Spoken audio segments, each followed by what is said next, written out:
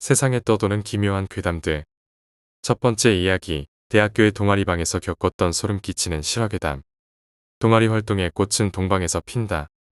그 안에서 자고 마시고 즐길 때 비로소 활짝 피어나는데 우리 학교 시 창작 동아리에서는 동방의 추억 따위는 개나 줘버린다고 해.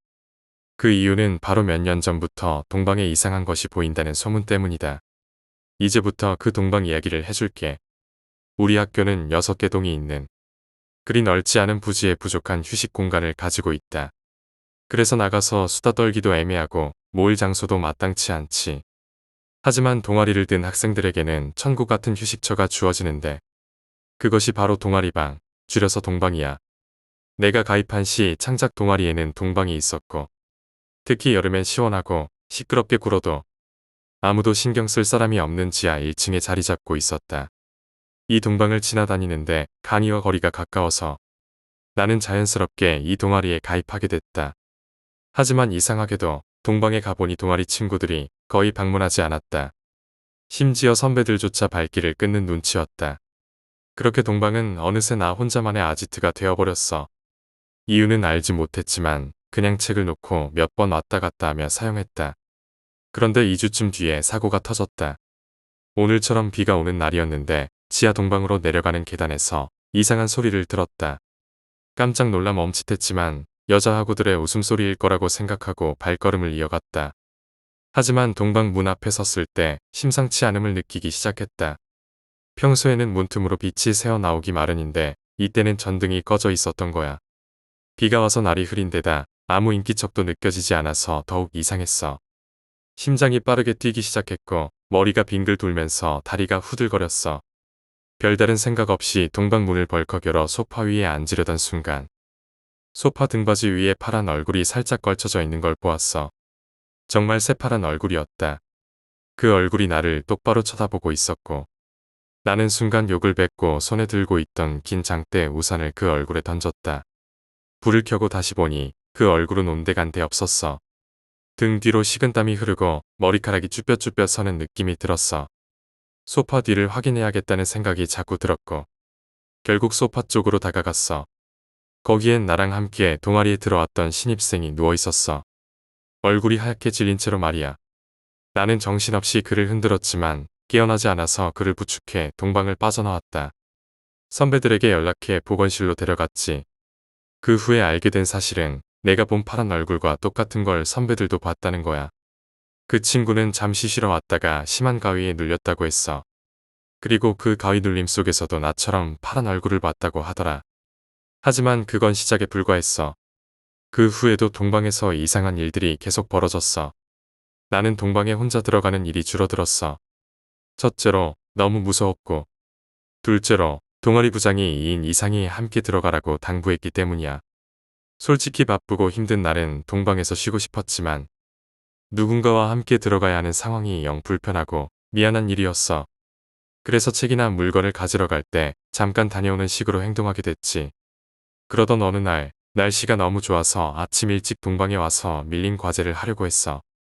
소파에 누워 있다가 동아리 책상에 앉아 노트북으로 PPT를 만들고 있었는데 갑자기 딱 하고 큰 소리가 들려왔어. 깜짝 놀라서 뒤를 돌아봤지만 아무것도 없었어. 그때 두 번째 캐비닛 문이 살짝 열려 있었어. 우리 동방에는 총 3개의 캐비닛이 있었는데 첫 번째는 동아리에서 쓰던 시집과 활동집이 있었고 두 번째는 잡동사니들이 있었어. 세 번째 캐비닛은 너무 낡아서 뒤로 돌려져 있었지. 처음엔 대수롭지 않게 넘겼지만 잠시 후 또 딱 하는 소리가 났어. 이번엔 두 번째 캐비닛 문이 더 크게 열려 있었어. 난 겁을 먹고 캐비닛을 세게 닫았어. 그 순간 기분이 정말 이상했어. 이 동방에서 뭔가 잘못됐다는 생각이 들었지. 나는 거의 다 끝낸 PPT 작업을 마무리하고 슬라이드를 넘기기 시작했어. 그런데 뒤에서 다시 딱 소리가 났어.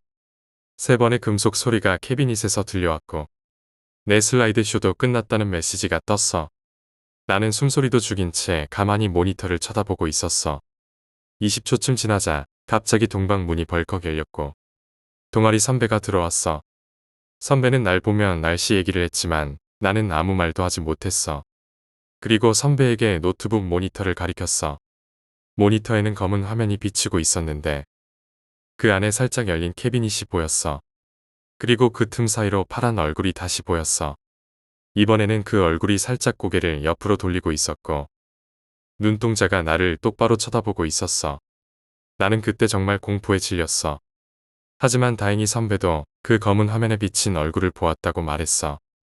그 이후로 나는 동방에 물건을 두고 나오고 다시는 혼자 들어가지 않기로 했어. 우리는 동방에 라디오를 두고 기독교 방송을 틀어놓기로 했어.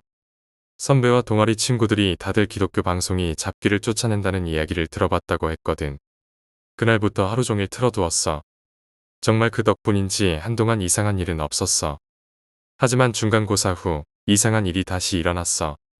누군가 라디오 주파수를 돌려놓고 있었던 거야. 우리는 누구도 라디오를 건드리지 않았는데 말이야.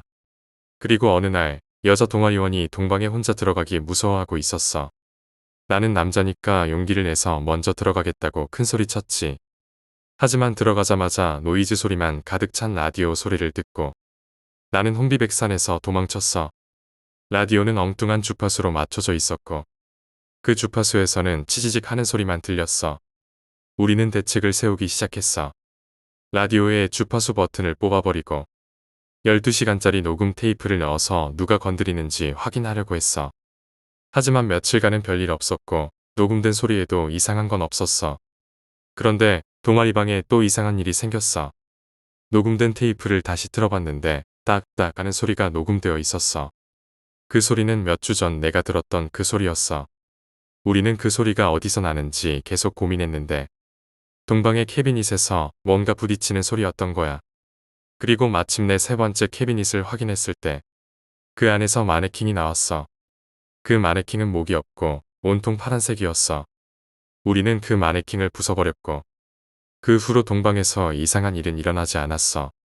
하지만 그 파란 얼굴은 정말 소름 끼치는 기억으로 남아있어. 그리고 동아리는 여전히 그 동방에서 시화전을 열고 있어. 두 번째 이야기, 누나의 목격담. 이 이야기는 20년도 더 된 일이지만 아직도 그날이 생생하게 기억나. 어릴 때 우리 가족은 2층 주택에 살았는데 우리는 2층에 새들어 살았어. 아버지는 포클레인 기사여서 지방에 자주 나가셨고 집에는 엄마, 누나, 나 이렇게 셋이 남아있던 시간이 많았어. 그러던 어느 날 엄마가 아버지 일을 도우시다가 손에 큰 부상을 입으셨어. 그래서 큰 병원에서 수술을 하셨고 그때 나는 어린 마음에 엄마가 병원에 계신 동안 정말 많이 울었던 기억이 나. 엄마가 입원해 있는 동안 우리를 돌봐주기 위해 멀리 사는 고모가 와주셨는데 고모도 그때는 20대라 저녁밥만 챙겨주고 시내로 놀러 나가는 일이 많았어. 그래서 저녁에는 누나와 나 이렇게 둘만 남아 있었지. 그날도 누나와 나는 집에 남아 있었어. 여름이라 날이 너무 더워서 현관문을 열어두고 거실에 엎드려 눈높이 교재를 풀고 있었어. 누나는 그 옆에서 TV를 보고 있었지. 그러다 갑자기 뭔가 쎄한 느낌이 들어서 열린 현관 쪽을 쳐다봤는데 하얀 형체가 오른쪽에서 왼쪽으로 스쳐 지나갔어. 나만 본 게 아니었어. 누나도 그걸 똑같이 봤지. 처음에는 주인집 형제가 우리를 놀래주려고 장난을 친 줄 알았어. 형체가 지나간 쪽은 막다른 벽이라서 거기로 가면 형들이 장난치고 있을 거라고 생각했지. 하지만 가보니 아무도 없었어. 주인집 아이들이 우리를 놀래키고 도망갔다고 생각했지만 그 형들도 초등학교 저학년이었고 그렇게 빨리 도망칠 수 없었을 거야. 그때서야 누나와 나는 우리가 본 게 사람이 아니라는 걸 깨달았어. 겁에 질려서 집 안으로 달려 들어와 문을 잠그고 벌벌 떨며 고모가 돌아오기를 기다렸어. 다음 날 고모가 주인 아줌마에게 이야기를 들었는데 옆집에 살던 치매 걸린 할머니가 돌아가셨다는 거야. 우리가 본 건 그 할머니의 영혼이었을까? 세 번째 이야기, 왕따 소년. 이 이야기는 기억 속에 남아있는 슬픈 이야기야. 너 혹시 기억나? 우리 어렸을 때, 초등학교 다닐 때 말이야. 반 맨 뒷자리에 앉았던 아이. 제대로 빗지도 않은 떡진 머리. 때가 잔뜩 낀 얼굴. 매일 같은 옷을 입고 다녔던 그 아이. 맞아, 그 애야. 이제 기억났지? 그 애는 학부모 참관회 때도 스승의 날에도 아무도 오지 않았어. 엄마는 없었고 출장 다니느라 바쁜 아빠도 학교에 오지 않았지. 선물 상자 하나도 들고 오지 못했던 그 아이. 우리는 그 아이가 정말 싫었어. 특히 그 아이의 당당한 태도가 너무 싫었지. 담임 선생님도 그 애를 거지새끼라며 무시하곤 했어. 숙제도 안 해오고 준비물도 안 가져오는 그 아이를 모두가 싫어했지. 특히 여자아이들은 더 그랬어. 어버이날 카네이션 만들 때도 그 아이는 하나밖에 만들지 않았어. 왜냐하면 엄마가 없었으니까. 그 아이와 짝이 된 친구들은 정말 불행했어. 그 애는 목욕도 하지 않았고 냄새가 지독했으니까. 담임 선생님께 항의해도 소용없었지. 그 애와 짝꿍이 되어야 한다며 어쩔 수 없다고 했거든. 내가 그 아이 옆자리에 앉게 된 날, 그 애가 너에게 손이라도 스치면 소스라치게 놀라며 그 애를 때리곤 했지. 우리는 그 모습을 보면서 웃었어. 그 애를 괴롭히는 게 점점 더 재미있어졌거든. 달리기 시합에서 그 애의 발을 걸어 넘어뜨리고, 피구할 때 일부러 그 애의 머리를 겨냥해서 던지고, 체육복을 찢어버리는 것도 일상이었어. 그 아이는 다른 체육복이 없었는지 매일 같은 옷을 입고 다녔어. 내가 학급비를 숨기고 그 애가 훔쳐갔다고 모함한 것도 기억나지? 담임 선생님은 그 애에게 옷을 모두 벗으라고 했어. 그리고 신발에서 돈이 나왔지. 그때 반 전체가 그 애의 벌거벗은 몸을 보며 비웃었어. 남자애들은 그 애의 성기를 품평하고 여자애들은 그 애의 더러운 속옷을 보고 역겨워했지. 그리고 그 다음 날부터 그 애는 학교에 나오지 않았어. 그 이후로도 영원히. 지금 왜 이 이야기를 하는지 궁금하지? 내가 그 애를 그렇게 괴롭혔던 것처럼 지금 내가 당하는 고통이 그 애가 겪었던 것과 같은 고통이란 걸 말해주고 싶어서야. 내 동생도 초등학교 4학년이었어. 그리고 그는 스스로 생을 마감했지. 그러니 내가 이 고통을 견뎌야 하는 이유는 충분해. 내 친구들도 곧 여기로 올 거야. 내가 당한 고통이 그들과 나누는 시간이 될 테니까. 네 번째 이야기, 귀신은 진짜 있나 보다. 내가 군 훈련소에 있을 때의 일이야. 그때 난 불침번 근무를 끝내고 들어와서 잠들었어. 다음번 근무가 말번초라서 남은 1시간이라도 제대로 자려고 골아떨어졌지. 근데 너무 지쳐서 그랬는지 유체이탈하는 꿈을 꾸게 됐어. 나는 공중에서 생활관을 내려다보고 있었어. 내 밑에는 얼굴이 잘 보이지 않는 생활관 동기들이 잠들어 있었고 창문 바깥으로는 다음 근무자가 밖에서 근무 서고 있는 모습이 보였어. 그때 어떤 힘에 이끌려 어디론가 쭉쭉 날아갔어.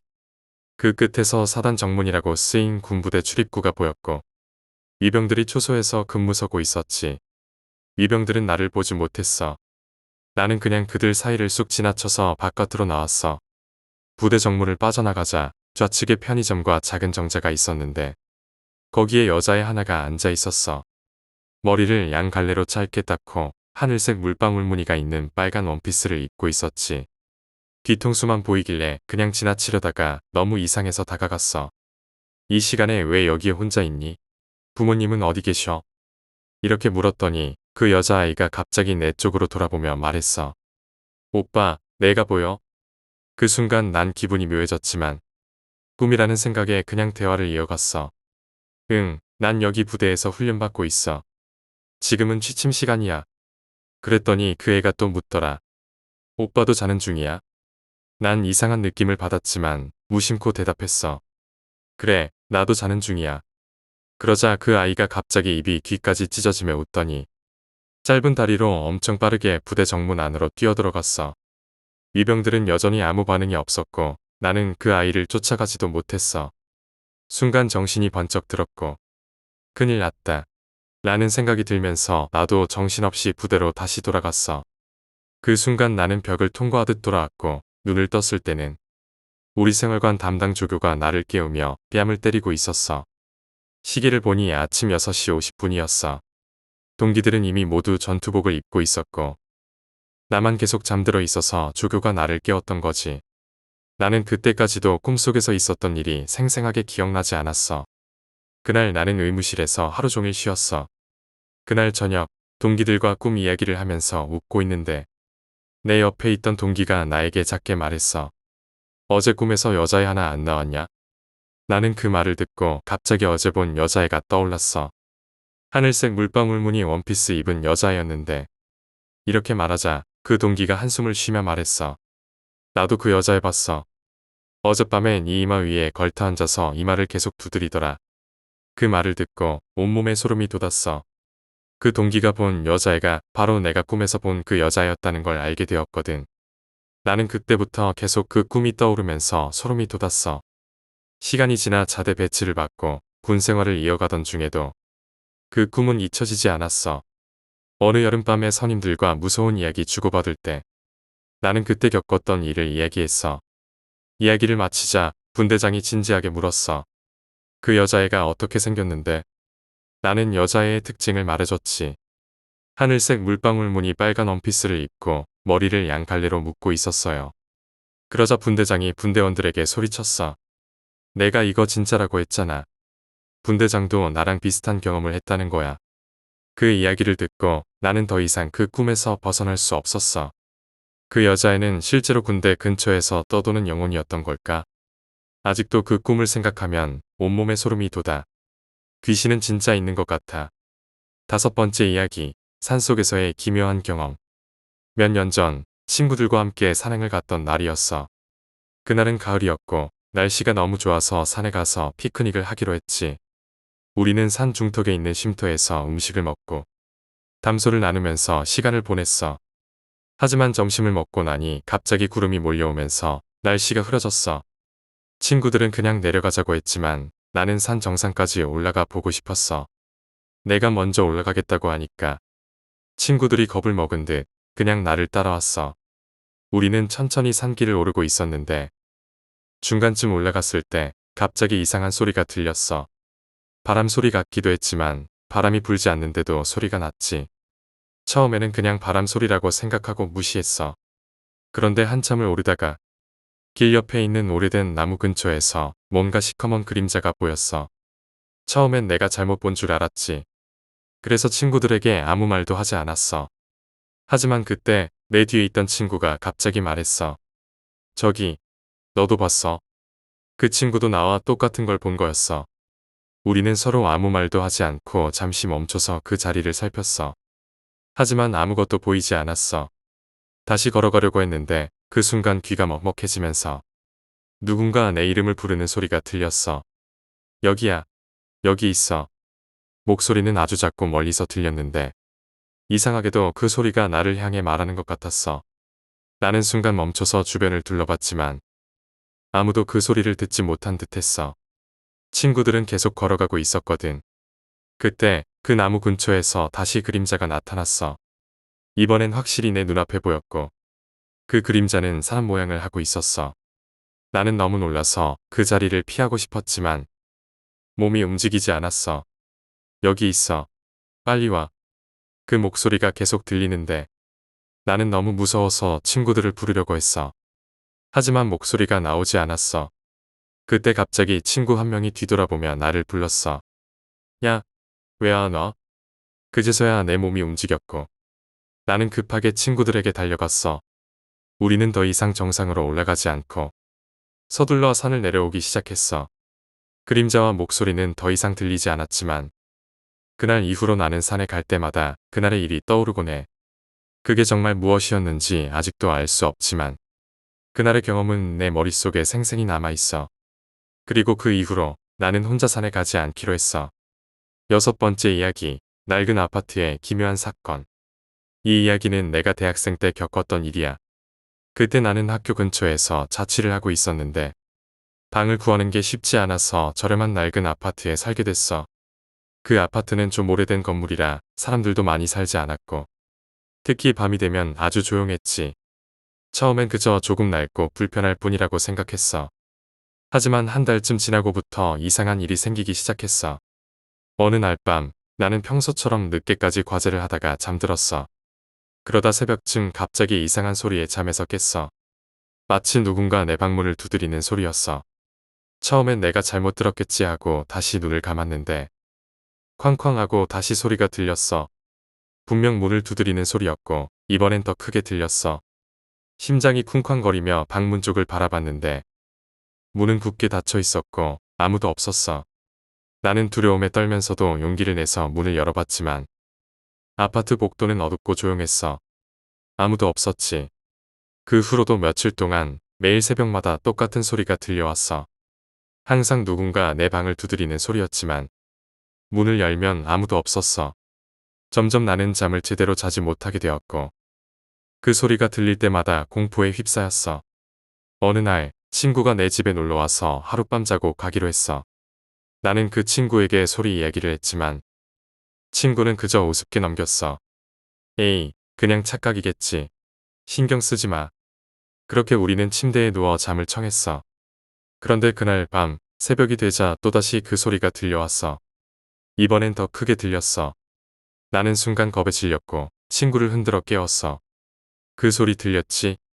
친구도 벌떡 일어나더니 놀란 얼굴로 나를 쳐다봤어. 뭐야, 진짜였어. 우리는 바로 문을 열어봤지만 복도는 여전히 아무도 없었어. 친구는 그날 이후 다시는 내 집에 오지 않았어. 그리고 나는 그 일을 계기로 그 아파트를 떠나기로 결심했어. 이사를 결정한 날, 나는 마지막 짐을 챙기고 있었어. 그때 아파트 경비 아저씨가 나를 보더니 말을 걸었어. 여기에 오래 살았어? 나는 대답했지. 아니요, 몇 달 살다 나가요. 아저씨는 묘한 표정으로 고개를 끄덕이더니 말했다. 여기서 몇 년 전쯤에 사람이 죽었거든. 방에서 혼자. 그 말을 듣고 나는 등골이 오싹해졌어. 아저씨는 덧붙였어. 그 방이 바로 내 방이었어. 그 말을 들은 나는 얼어붙은 듯 아무 말도 하지 못하고 짐을 챙겨 서둘러 그 아파트를 떠났어. 그 후로 나는 다시는 그곳에 돌아가지 않았어. 아직도 그 소리가 무엇이었는지, 그 방에서 죽은 사람이 나에게 뭔가를 말하고 싶었던 건지 알 수 없어. 하지만 그 아파트에서의 경험은 내 머릿속에서 절대 잊히지 않아. 7번째 이야기, 이상한 편지. 이 이야기는 몇 년 전 내가 직접 겪은 일이야. 그날은 평소처럼 평범한 하루였어. 집으로 돌아와 우편함을 확인하는데 이상하게도 나에게 온 편지가 하나 있었어. 하지만 그 편지에는 발신자가 적혀 있지 않았고 단지 내 이름과 주소만 적혀 있었어. 나는 그때는 크게 신경 쓰지 않고 그 편지를 열어봤어. 안에는 한 장의 종이와 이상한 글자들이 적혀 있었지. 조심해. 딱 그 2글자만 적혀 있었어. 처음엔 장난이라고 생각했어. 누가 나를 놀리려고 쓴 것이라고 생각하고 그 편지를 버렸지. 그런데 며칠 뒤 또다시 비슷한 편지가 도착했어. 이번에도 발신자 정보는 없었고 봉투 안에는 조심해라는 단어만 적혀 있었어. 이번엔 좀 더 신경이 쓰이기 시작했어. 그리고 그 다음 날 또다시 똑같은 편지가 도착했어. 나는 점점 불안해졌고 이게 단순한 장난이 아닐 수도 있다는 생각이 들었어. 나는 경찰에 신고하려고 마음먹었어. 그런데 그날 밤 나는 집에서 자고 있었는데 갑자기 창문에서 이상한 소리가 들려왔어. 창문을 두드리는 소리였지. 처음엔 바람 소리일 거라고 생각했지만 점점 그 소리가 커져만 갔어. 나는 심장이 빠르게 뛰기 시작했고 결국 창문을 열어봤어. 하지만 밖에는 아무도 없었어. 그 순간 뭔가 잘못됐다는 걸 느꼈어. 그 이후로 더 이상 편지는 오지 않았지만 나는 그날 이후로도 창문에서 나는 소리에 신경을 곤두세우게 되었어. 그 편지가 정말 무엇을 경고하고 있었는지는 끝내 알지 못했지만 그 일이 있은 후로 나는 모든 우편물을 받을 때마다 섬뜩한 기분이 들어. 아직도 그 편지가 무슨 의미였는지, 그리고 그날 밤 창문에 있던 건 무엇이었는지 궁금해. 하지만 나는 더 이상 그런 일이 벌어지지 않길 바랄 뿐이야. 8번째 이야기, 할머니 집에서의 밤. 이 이야기는 내가 어렸을 때 할머니 댁에서 겪었던 일이야. 어렸을 때 방학이면 할머니 집에 가서 며칠씩 머물곤 했는데 할머니 집은 시골에 있어서 밤이 되면 온 동네가 깜깜해졌어. 길거리에 가로등도 거의 없고 밤에는 정말 조용해서 가끔 바람 소리나 동물 소리만 들리곤 했지. 그날도 할머니 집에서 저녁을 먹고 잠자리에 들었는데 한밤중에 갑자기 이상한 느낌이 들었어. 마치 누군가 방 안에 있는 듯한 느낌이었지. 처음에는 그냥 꿈꾸는 줄 알고 눈을 감고 있었는데 그 느낌이 점점 더 강해졌어. 나는 눈을 떠봤는데 방 안이 너무 어두워서 아무것도 보이지 않았어. 하지만 분명히 그때 무언가가 나를 쳐다보고 있다는 걸 느꼈어. 침대 맞은편 구석에서 누군가 나를 보고 있는 것 같은 기분이 들었지. 나는 겁에 질렸지만 용기를 내서 그쪽을 응시했어. 그때 희미한 형체가 서 있는 걸 본 것 같았어. 검은 그림자 같은 것이 방 구석에 서 있었는데 그건 분명 사람이 아니었어. 나는 순간 너무 무서워서 이불을 머리끝까지 뒤집었었어. 그 상태로 한참을 떨면서 버티고 있었는데 밖에서 갑자기 할머니의 기침 소리가 들렸어. 그 소리를 듣자마자 나는 겁에 질려 할머니 방으로 달려갔어. 할머니 방에 도착하자 할머니는 잠에서 깨어나 나를 보며 물었어. 왜 그러니? 무슨 일이야? 나는 아무 말도 하지 않고 할머니 옆에 누워서 숨을 고르기 시작했어. 할머니는 나를 토닥이며 다시 잠들었고 나도 조금 안심하고 잠이 들었지. 다음 날 아침 나는 할머니에게 어젯밤의 일을 이야기했어. 할머니는 잠시 조용히 듣고 나서 이렇게 말했어. 여기서 오래전에 돌아가신 할아버지가 가끔 오시는 것 같아. 하지만 너를 해치지 않을 거야. 걱정하지 마라. 그 말을 듣고 나는 다시 소름이 돋았지만 할머니는 아주 평온하게 말씀하셨어. 그리고 그날 이후로도 나는 가끔 할머니 집에 머물렀지만 더 이상 그런 경험은 하지 않았어. 할머니가 말씀하신 것처럼 그것이 정말 돌아가신 할아버지였던 걸까? 아직도 그날 밤의 일이 생생히 기억나. 9번째 이야기, 이상한 사진. 이 이야기는 친구와 여행을 갔다가 겪은 일이야. 몇 년 전 친구들과 함께 국내 여행을 떠났는데 우리는 한적한 시골 마을에 있는 작은 펜션에 머물렀어. 날씨가 너무 좋아서 우리는 근처 산책로를 걸으며 사진을 찍었지. 여행 마지막 날 우리는 펜션 근처에 있는 작은 호숫가로 가서 기념사진을 찍기로 했어. 친구가 휴대폰으로 사진을 찍었고 나도 사진 몇 장을 찍었어. 여행을 마치고 집으로 돌아와서 휴대폰에 있던 사진을 확인하는데 뭔가 이상한 게 눈에 띄었어. 호숫가에서 찍은 사진에 우리 뒤에 아무도 없었어야 할 곳에 희미하게 사람 모양의 형체가 찍혀 있었던 거야. 처음엔 그냥 우연히 지나가는 사람일 거라고 생각했어. 하지만 다른 사진들을 확인해보니 그 형체는 계속 우리 근처에 있었어. 마치 우리를 따라다니는 것처럼 말이야. 우리는 모두 깜짝 놀라서 그 사진을 자세히 들여다봤지. 형체는 얼굴이 분명히 보이지 않았고 마치 그림자처럼 희미했어. 우리는 그 사진이 이상하다고 생각했지만 단순한 착시 현상일 수도 있다고 넘기기로 했어. 하지만 그날 이후로도 우리는 가끔 그 사진을 꺼내보며 이게 정말 우연이었을까 아니면 뭔가 다른 것이 있었던 걸까 서로 이야기하곤 해. 그 형체가 무엇이었든 그 사진을 볼 때마다 등골이 오싹해지는 건 여전해. 10번째 이야기, 지하철에서의 이상한 경험. 이건 지하철에서 있었던 이상한 경험이야. 하루는 내가 지하철을 타고 집으로 돌아가고 있었는데 지하철이 꽤 늦은 시간이라 승객이 거의 없었어. 나는 피곤해서 창밖을 보면서 멍하니 있었는데 갑자기 이상한 일이 벌어졌어. 지하철이 다음 역으로 가고 있던 중 내 옆자리에 갑자기 누군가 앉는 느낌이 들었어. 나는 고개를 돌려봤는데 분명 아무도 없었어. 그런데도 이상하게 의자에서 무게감이 느껴졌고 마치 누군가가 내 옆에 앉아있는 듯한 기분이 들었지. 나는 순간 등골이 서늘해졌어. 뭔가 이상한 기운이 느껴졌지만 곧이어 지하철이 역에 도착했고 나는 서둘러 내렸어. 지하철 문이 닫히고 나는 잠시 뒤돌아봤는데 창문을 통해 내 옆자리에 누군가 희미하게 앉아있는 듯한 형체가 보였어. 나는 그때부터 지하철을 탈 때마다 항상 주변을 살피게 되었어. 그날 내가 본 것이 착각이었는지 아니면 정말 뭔가가 내 옆에 있었는지는 알 수 없지만 그 이후로도 지하철에서 이상한 기운을 느낀 적이 몇 번 있었어. 그리고 그때마다 나는 항상 불안한 마음으로 자리를 옮기곤 해. 11번째 이야기, 이상한 어린아이. 이건 몇 년 전에 내가 지하철에서 겪었던 일인데 지금도 기억에 남아서 잊혀지지가 않아. 그날 나는 퇴근길에 지하철을 탔어. 시간이 조금 늦어서 사람들은 별로 없었고 차 안은 꽤 한산했어. 나는 지하철 한쪽 구석에 앉아 창밖을 보며 멍하니 있었지. 그때였어. 옆칸에서 한 아이가 나를 보면서 천천히 걸어오고 있었어. 그 아이는 대략 5살에서 6살 정도로 보였고 길게 늘어뜨린 검은 머리를 가지고 있었어. 눈에 띄게 밝은 하얀 드레스를 입고 있었는데 그 작은 아이가 혼자서 이렇게 늦은 시간에 지하철을 타고 있다는 게 조금 이상하게 느껴졌지. 나는 그 아이가 부모님을 찾고 있는 건 아닌지 걱정돼서 주위를 살펴봤어. 하지만 주변에는 아무도 없었어. 그 아이는 여전히 나를 똑바로 쳐다보며 천천히 내 쪽으로 다가오고 있었어. 그 모습에 이상한 기분이 들었지만 나는 아이에게 다가가 물어봤어. 어디 가니? 부모님은 어디 계셔? 하지만 그 아이는 대답하지 않고 계속 나를 뚫어지게 쳐다보기만 했어. 그리고는 내 앞에 멈춰서더니 고개를 약간 옆으로 기울이면서 웃기 시작했어. 그 미소가 너무 이상해서 나는 순간 온몸에 소름이 돋았어. 나는 아이에게 다시 물었어. 무슨 일이야? 부모님은 어디 계시니? 그러자 그 아이가 나지막하게 대답했어. 오빠도 혼자야?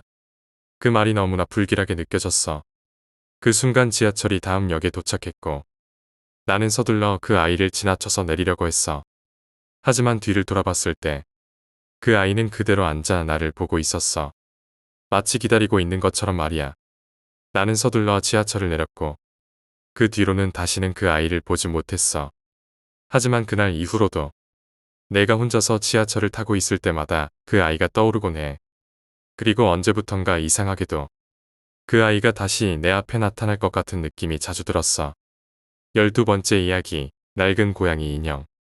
이 이야기는 내가 어렸을 때 받은 낡은 인형과 관련된 이야기야. 그때 나는 7살쯤 되었을 때였어. 엄마가 어느 날 누군가로부터 작은 고양이 인형을 선물로 받았는데 그 인형이 꽤 낡아 보였어. 누가 쓰던 건지 몰라도 오래된 듯한 느낌이 강했지. 그 고양이 인형은 무척 평범한 인형이었지만 왠지 모르게 나는 그 인형을 처음 보자마자 기분이 좋지 않았어. 하지만 엄마가 주신 선물이니까 나는 억지로라도 그 인형을 안고 다녔어. 그런데 그 인형을 방에 두고 잠을 자면 항상 악몽을 꾸곤 했어. 특히 그 고양이 인형이 나를 쳐다보는 꿈을 자주 꿨지. 인형의 눈은 항상 나를 따라다녔고 마치 그 안에 무언가 있는 것처럼 느껴졌어. 어느 날 밤 나는 또다시 이상한 꿈을 꾸었어. 꿈속에서 나는 침대에 누워 있었는데 방 안에서 무언가 움직이는 소리가 들렸어. 나는 고개를 돌려봤고 그 고양이 인형이 천천히 나를 향해 걸어오고 있었어. 그리고 인형이 내 침대 옆에 서더니 나를 쳐다보고 있었어. 그 인형의 눈이 붉게 빛나고 있었지. 나는 너무 무서워서 비명을 지르며 잠에서 깼어. 하지만 방 안을 둘러봐도 아무것도 없었고 인형은 여전히 책상 위에 놓여 있었어. 그 후로 나는 그 인형을 다시는 방 안에 두지 않기로 했어. 인형을 옷장 깊숙한 곳에 넣어두고 다시 꺼내지 않았지. 그 인형을 방에서 치우고 난 뒤로는 더 이상 악몽을 꾸지 않았어. 그렇지만 그 인형을 볼 때마다 여전히 이상한 기분이 들었어. 몇 년 후 나는 그 고양이 인형을 더 이상 갖고 있지 않았어. 어느 날 엄마가 그 인형을 버렸거든. 하지만 그 인형이 있던 방에서 겪었던 일들은 아직도 생생히 기억나. 그 고양이 인형은 단순한 장난감이 아니었던 것 같아. 13번째 이야기, 이상한 소년. 이 이야기는 내가 한밤중에 집으로 돌아오던 길에 겪은 일이야. 그날은 늦게까지 친구들과 놀다가 집에 가고 있었어. 집 근처 골목길은 너무 어두웠고 사람도 없었어. 나는 서둘러 집으로 가고 있었지. 그때 골목 끝에서 누군가 나타났어.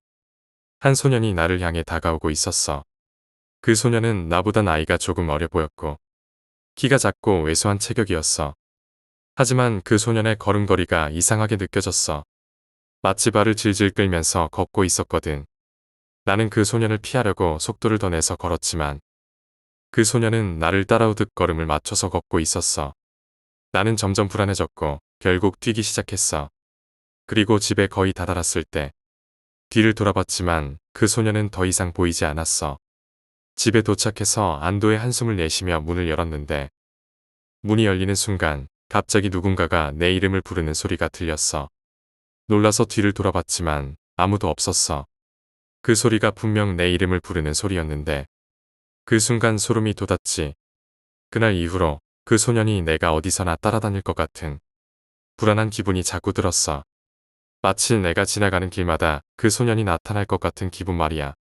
그 후로도 몇 번 비슷한 경험을 했지만 그 소년이 무엇이었는지 왜 나를 따라왔는지는 끝내 알 수 없었어.